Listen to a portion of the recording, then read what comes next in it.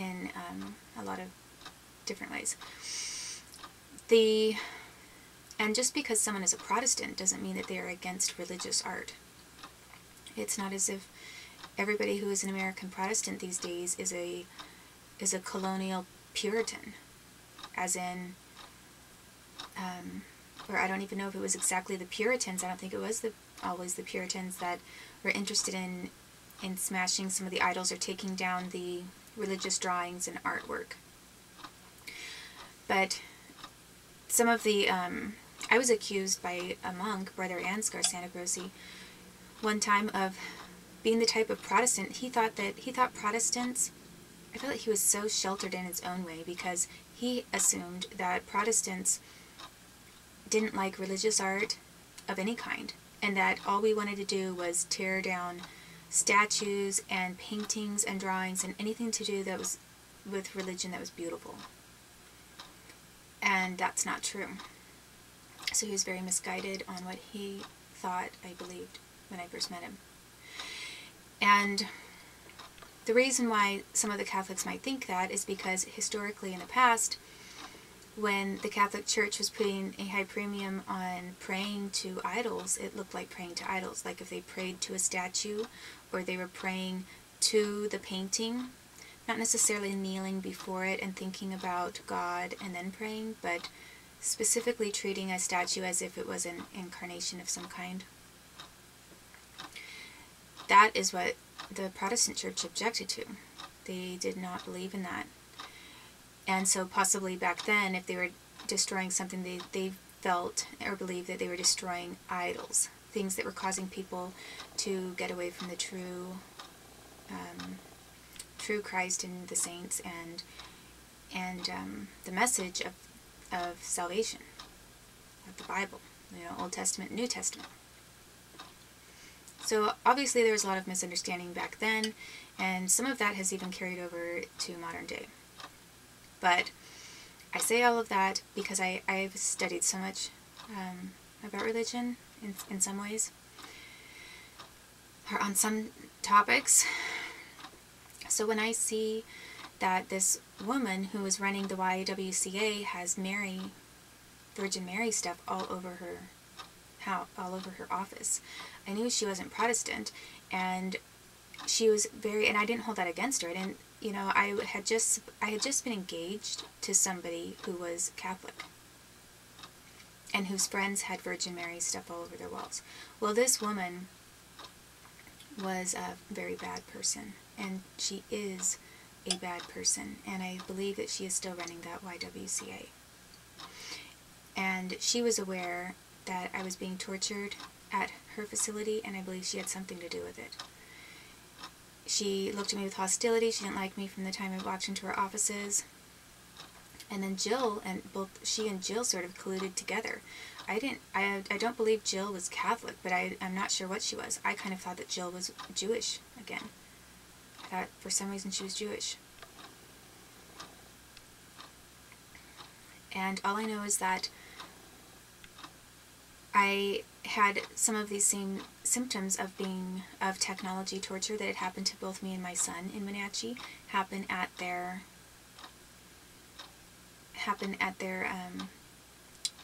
building.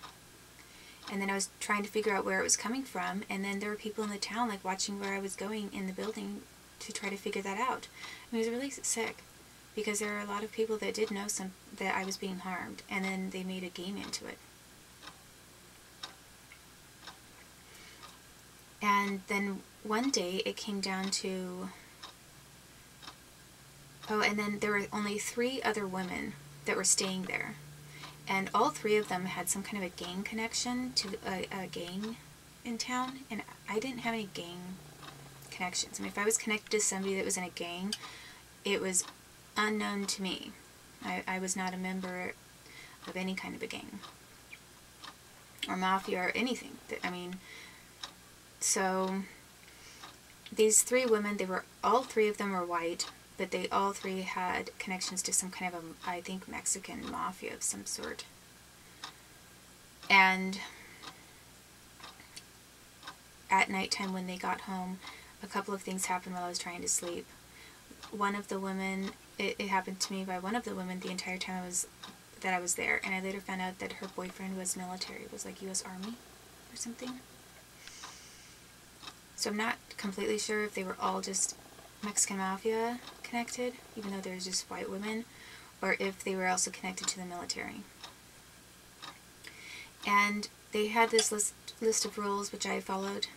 The only thing that I didn't do is I didn't realize that they had a no smoking rule.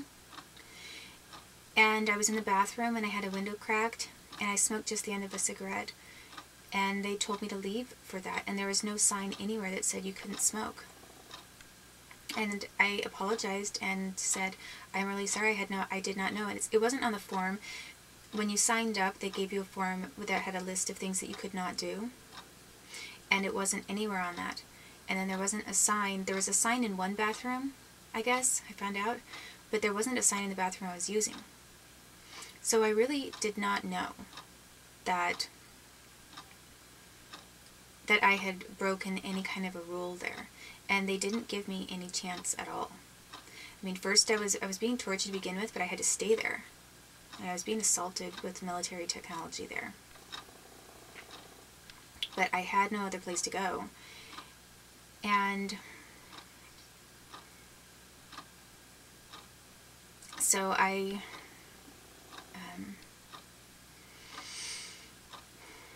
was downstairs trying to make a phone call about something, and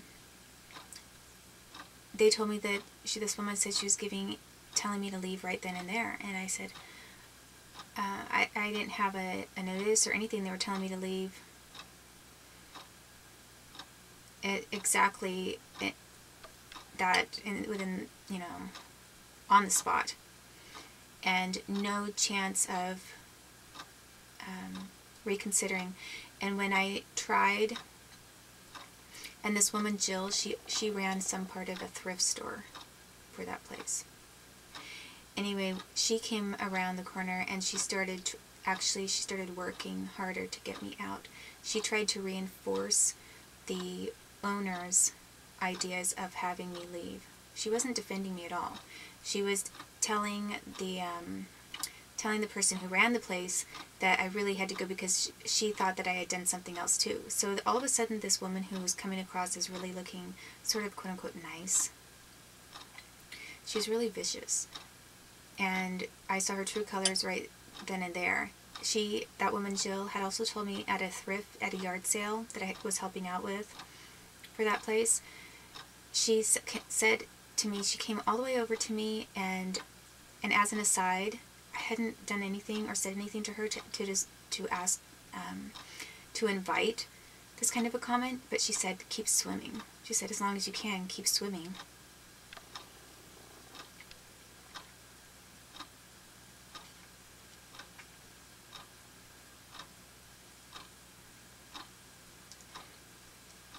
And Jill was not a good person.